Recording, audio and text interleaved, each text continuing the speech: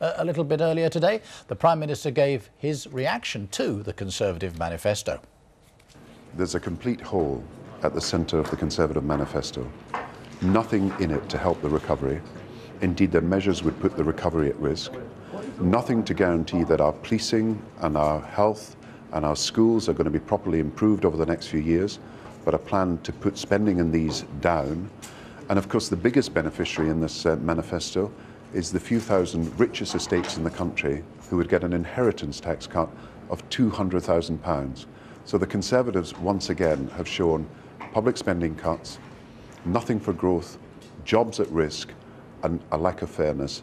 And I think it's really much a Conservative Party that hasn't changed despite all the rhetoric and all the soft words. Don't you think, though, that they're making an alternative vision? They're saying that you should trust people rather than trusting politicians. They're saying you're on your own. They're leaving people on their own to face a recession. They've got no measures to get us through this recovery.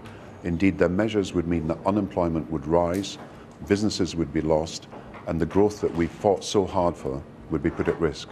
And then when it comes to public services, they're giving no commitments on policing, no commitments on our schools. And the health service guarantees we're giving, the cancer guarantee, the patient's guarantee to see the GPs, it's not in the Conservative programme at all. And I think people will look at this Conservative programme and say, what they're really saying is, you're on your own, you're not going to get the help. It's a traditional Conservative view that we tried to get away from in the 1980s and 1990s.